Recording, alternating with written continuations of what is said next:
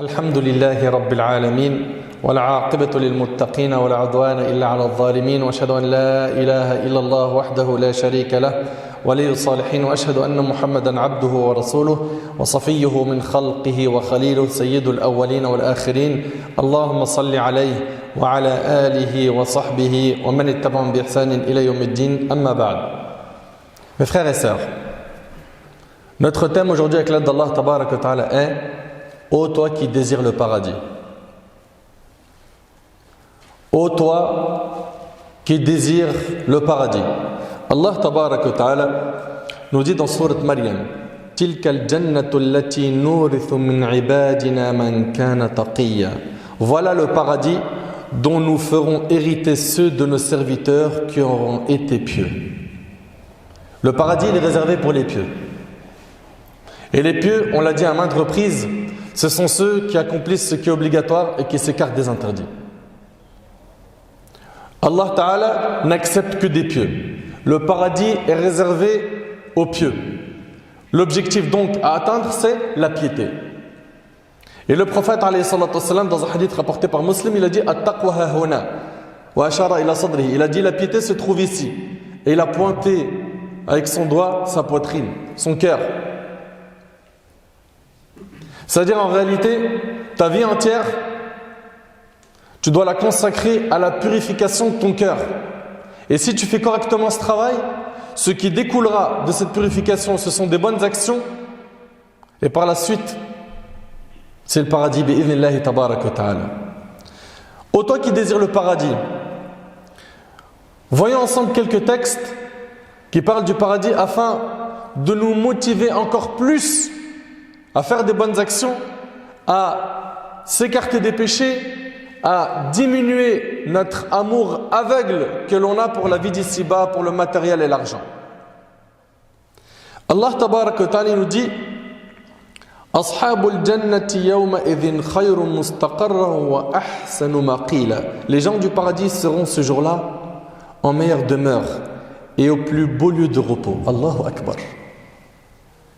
Sa Majesté Allah, le Seigneur, le Créateur, nous dit les gens du paradis seront ce jour-là en meilleure demeure. Il n'y a pas un meilleur endroit que le paradis. Et au plus beau lieu de repos, toi qui cherches le repos, vise le repos éternel au paradis. Mais pour cela, sache-le, il n'y a rien sans rien. Il y a des efforts à fournir. J'attire votre attention sur le hadith qui arrive car il est probable que beaucoup d'entre vous l'ignorent. Et ce hadith-là va en étonner plus d'un parmi vous. Il s'agit de la dernière personne parmi les musulmans, écoutez bien, qui va sortir du feu de l'enfer et qui va rentrer au paradis.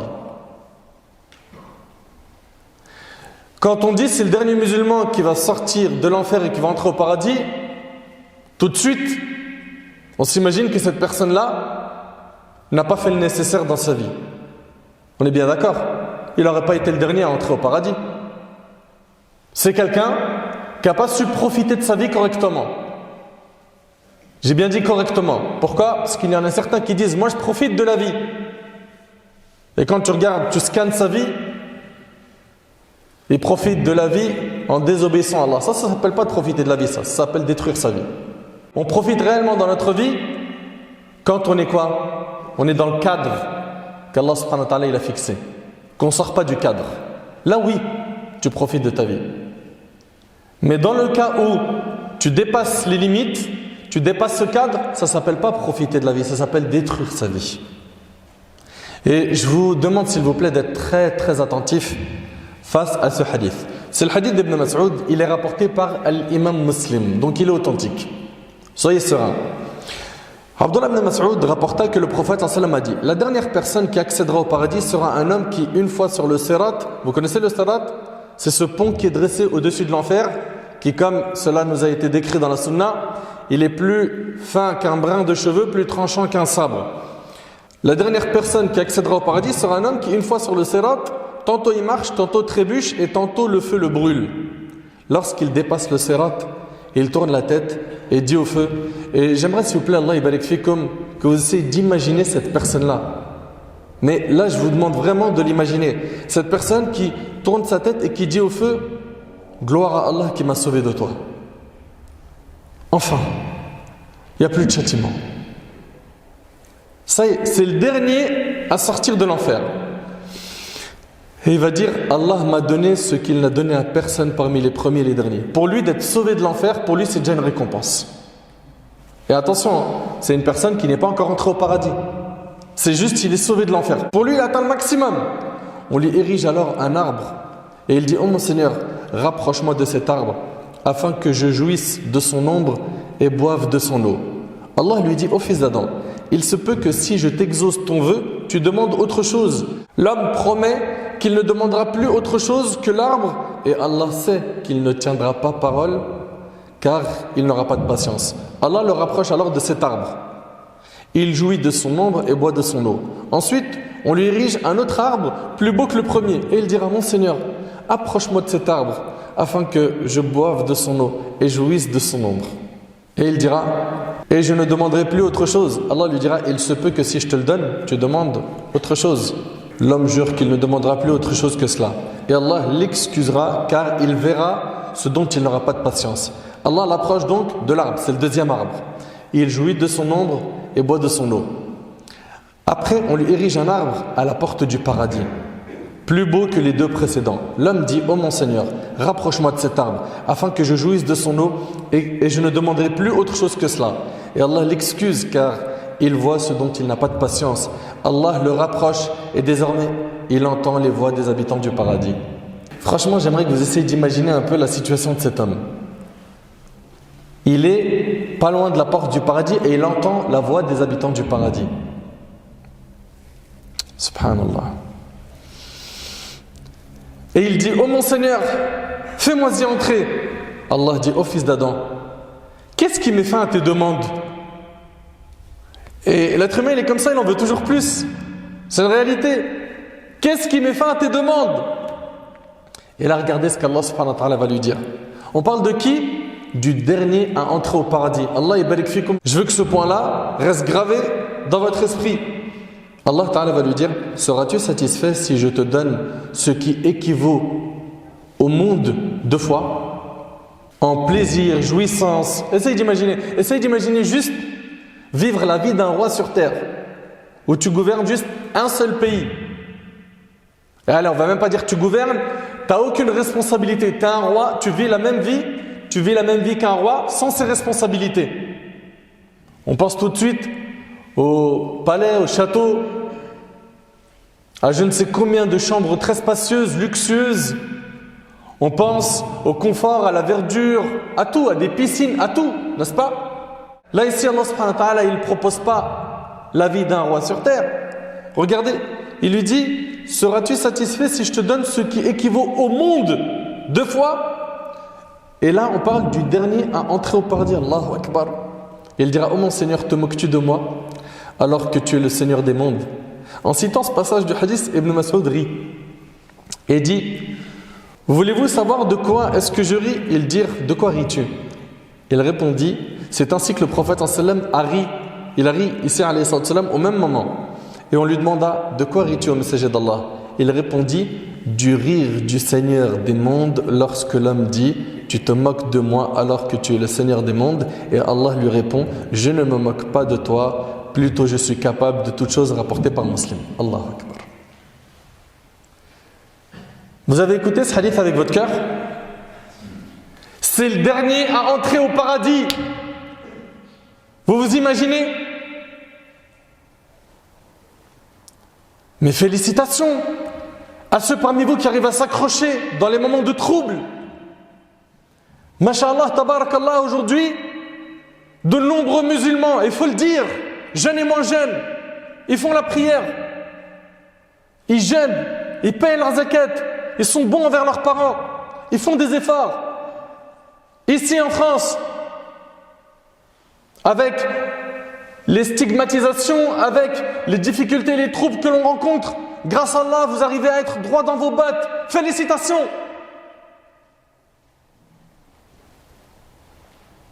Continuez sur cette voie. Avant d'entrer au paradis, tu vas entendre des appels. Aujourd'hui, je veux vraiment provoquer en toi une envie folle d'entrer au paradis. Avant d'entrer au paradis, tu entendras un appel. Selon Abu Sa'id al-Khudri et Abu Hurayra radiyallahu anhuma, le prophète sallallahu alayhi wa sallam a dit: quand les gens du paradis entrent au paradis, un crieur lance un appel. Il va y avoir un appel qui va être fait. Écoutez bien s'il vous plaît ces 4 appels. Allah yabarik fikoum, s'il vous plaît, soyez attentifs. Ça c'est avant d'entrer au paradis. Il vous appartient désormais de vivre et de ne jamais plus mourir. C'est l'éternité. Il vous appartient désormais d'être en bonne santé et de ne plus tomber malade. Ça n'existe plus les maladies. Ça n'existe plus les problèmes et les soucis. Il n'y a plus de contraintes, il n'y a plus de difficultés. Il vous appartient désormais d'être jeune et de ne plus jamais vieillir. Tu n'auras plus besoin d'entretenir ton corps, de faire attention à ta ligne, d'aller à la salle de sport, de faire un régime. C'est fini. Pour l'éternité, tu es beau et tu es jeune.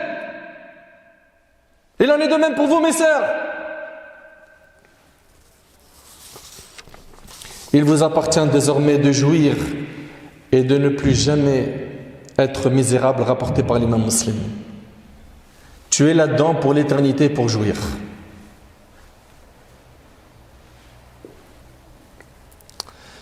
Je sais qu'il y en a parmi vous qui se disent: mais mon frère, moi je le veux le paradis. Je le veux. Alhamdulillah que tu le veux. Mais ce que je veux aujourd'hui après ce discours, c'est que toi qui faisais des efforts pour te rapprocher d'Allah, que tu en fasses plus. Toi qui n'en faisais pas, mets le pied à l'étrier, commence. Subhanallah. Ici, dans le hadith d'Abu Hurayra, le prophète sallallahu alayhi wa sallam a dit: Allah a dit, donc c'est Allah qui s'adresse à nous: j'ai préparé pour mes serviteurs pieux. Vous entendez à chaque fois le terme pieux, s'il vous plaît? J'ai préparé pour mes serviteurs pieux ce que nul œil n'a vu. Allahu Akbar.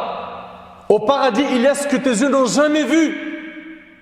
Toi qui as voyagé, qui as vu les plus belles plages du monde, toi qui as visité de très beaux pays, toi qui en surfant sur le net, tu as découvert telle île et telle autre, et qui désire faire le tour du monde et surtout ces endroits qui sont super beaux. T'imagines, Allah subhanahu wa ta'ala, il nous a préparé ce que nos yeux n'ont jamais vu. Subhanallah. Écoutez bien, ce que nul œil n'a vu, ce que nulle oreille n'a entendu. Tes oreilles n'ont jamais entendu ce qu'ils vont entendre fil Jannah. Et ce qu'aucun cœur humain n'a pu imaginer. Essaye d'imaginer, tous les beaux endroits que tu as vus dans ta vie, ils n'ont rien à voir avec le paradis. Il n'y a pas de ressemblance. Ton cerveau n'est pas capable d'imaginer ce qu'il y a là-bas. C'est Allah subhanahu wa ta'ala qui nous le dit. Et ceci est attesté par la parole d'Allah suivante: فَلَا تَعْلَمُ نَفْسٌ مَا أُخْفِيَ لَهُم مِّن قُرَّةِ أَعْيُنٍ جَزَاءً بِمَا كَانُوا يَعْمَلُونَ. Aucun être ne sait ce qu'on a réservé pour eux comme réjouissance pour les yeux en récompense de ce qu'ils œuvraient, rapporté par Bukhari et Muslim. D'après le Bara ibn Azib radiyallahu anhu, je veux que tu continues avec moi à être concentré. D'après le Bara ibn Azib radiyallahu anhu, quelqu'un a offert au prophète sallam un vêtement en soie. Et on sait que la soie, c'est pas permis pour l'homme. D'ailleurs, le prophète par la suite, dans certaines versions, il l'a offert. Alors les compagnons l'ont palpé, ils ont commencé à le toucher et furent étonnés de sa douceur. Le prophète sallam a dit: vous êtes étonnés de cela? Vous êtes étonnés de ce vêtement? Il a dit: je jure par celui qui détient mon âme dans sa main. Certes, les mouchoirs de Sa'd ibn Mu'adh dans le paradis sont meilleurs que cela. Allahu Akbar. C'est rapporté par l'imam al-Bazzar. Un mouchoir au paradis, il est meilleur qu'un vêtement luxueux sur terre. Mais il ressemble à quoi ce mouchoir?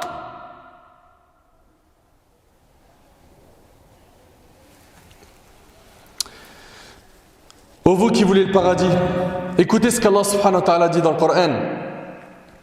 Il nous dit Azza wa Jal: voici la description du paradis qui a été promis aux pieux.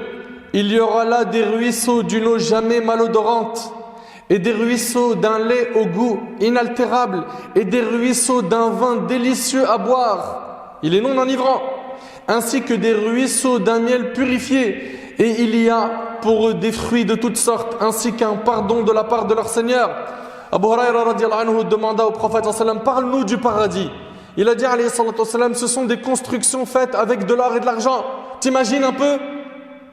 La construction, elle est faite avec de l'or et de l'argent. Une brique d'or et une brique d'argent. Le ciment qui tient les deux briques est de musc. Cette ferraille est de perles et de diamants. Sa terre est de safran. Celui qui y séjournera se réjouira et la tristesse le quittera à jamais. Il sera éternel. Ses vêtements ne s'useront jamais. Et sa jeunesse restera éternellement, rapportée par l'imam Ahmad. Vous savez, quand vous allez rentrer au paradis, vous inquiétez pas, chacun d'entre vous, vous reconnaîtrez votre demeure.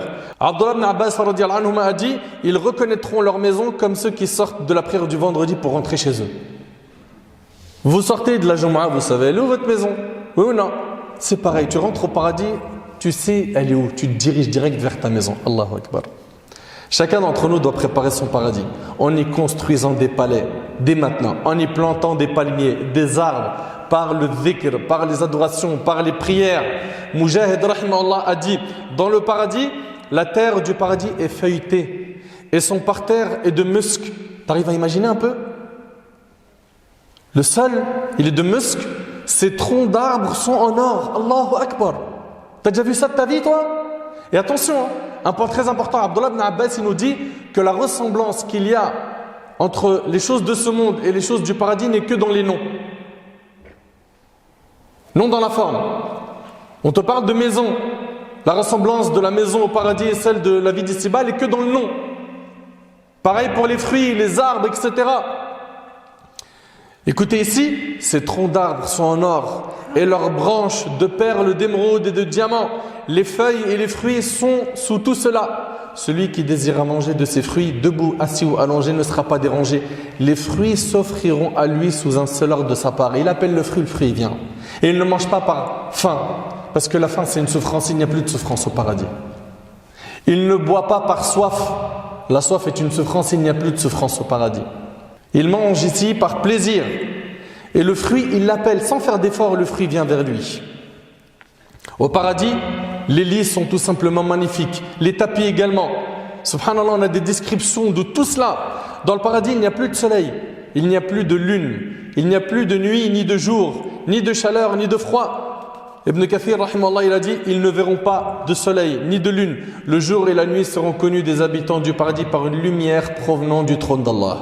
Jabir radiyallahu anhu dit que le prophète sallallahu alayhi wa sallam a dit, les habitants du paradis mangeront et boiront et ils ne vomiront pas, n'urineront pas et ne feront pas leurs besoins. Mais une personne pourrait se dire, mais comment est-ce qu'ils vont digérer?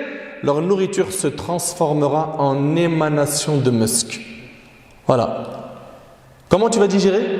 Cette nourriture va se transformer en musc. Subhanallah. Leur respiration et louange à Allah et takbir rapporté par Muslim. D'après Abu Sa'id al-Khudri radiyallahu anhu, le prophète sallallahu alayhi wa sallam a dit, Touba. Touba est un arbre dans le paradis. Sa taille est équivalente à la distance que l'on parcourt en 100 ans.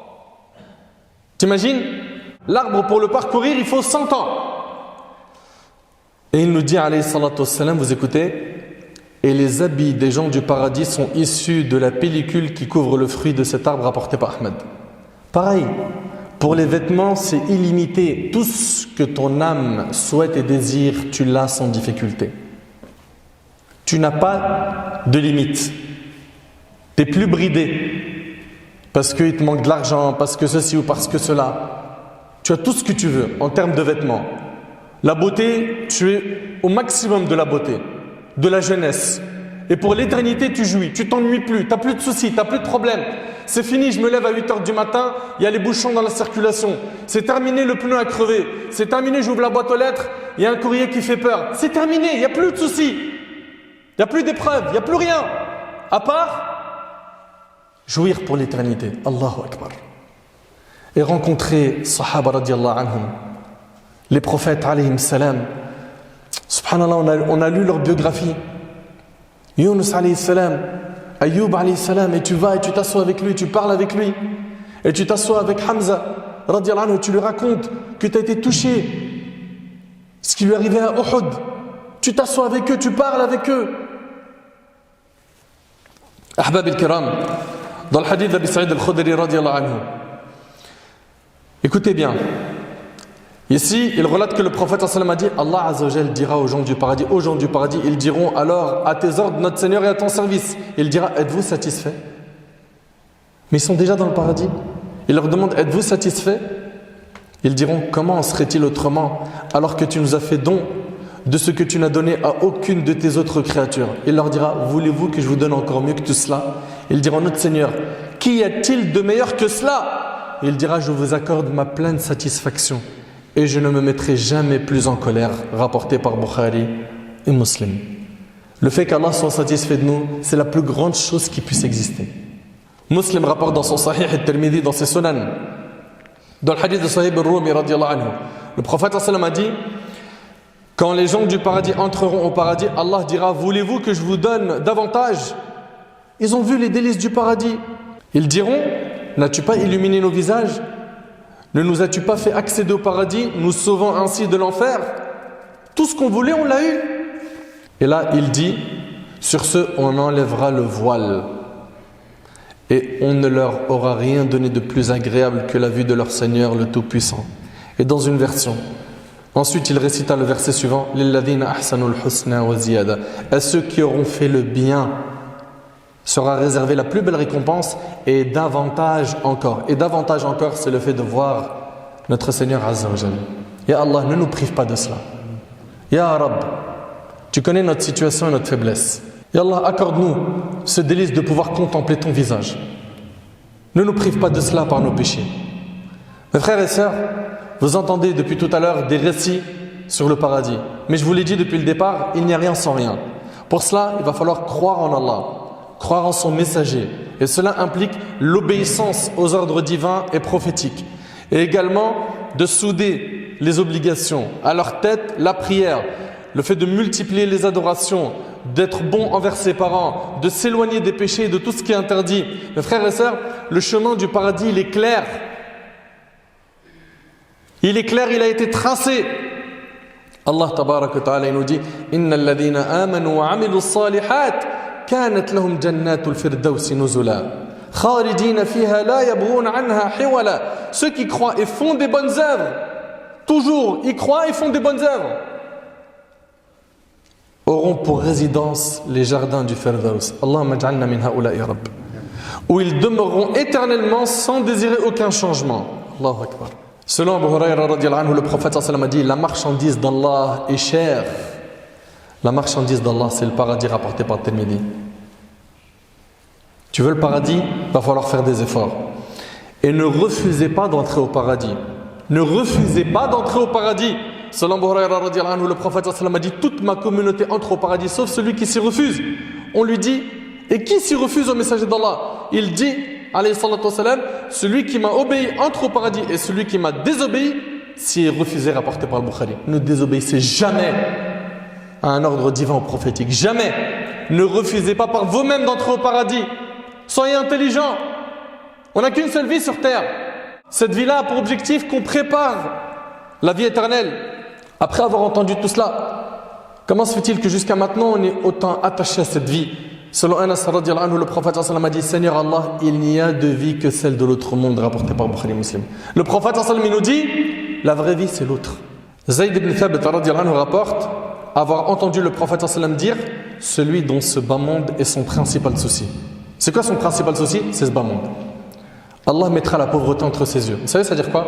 Il ne sera jamais satisfait quoi qu'il atteigne comme richesse.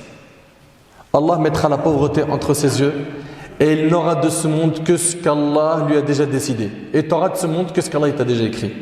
Et celui dont l'au-delà est son principal souci. Regardez maintenant comment c'est différent. Allah mettra la richesse dans son cœur, car la vraie richesse c'est celle du cœur. Même s'il est pauvre au niveau du matériel, il sera toujours satisfait de ce qu'Allah lui a donné. Et la vraie richesse c'est celle du cœur, celle de l'âme. Pourquoi? Parce qu'il la nourrit par les paroles d'Allah subhanahu wa ta'ala. Allah mettra la richesse dans son cœur et l'ici-bas viendra à lui malgré lui, rapporté par Ibn Majah.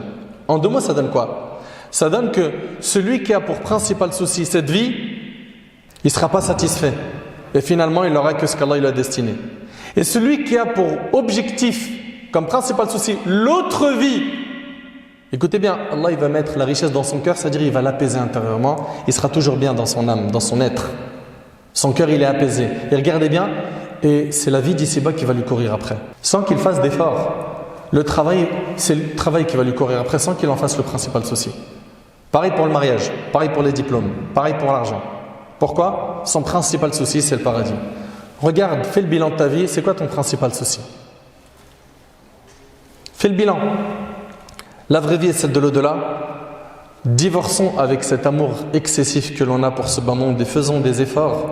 Pourquoi? Pour gagner le pardon d'Allah, la miséricorde divine, la satisfaction d'Allah. Rappelle-toi que ce bas monde provoque des angoisses, qu'il est imparfait, qu'il est éphémère.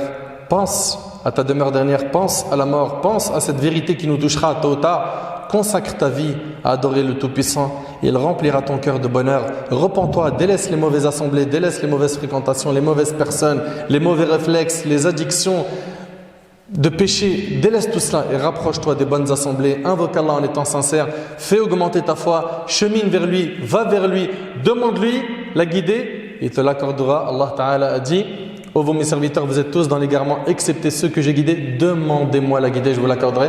J'implore Allah subhanahu wa ta'ala de m'accorder ainsi qu'à vous le paradis.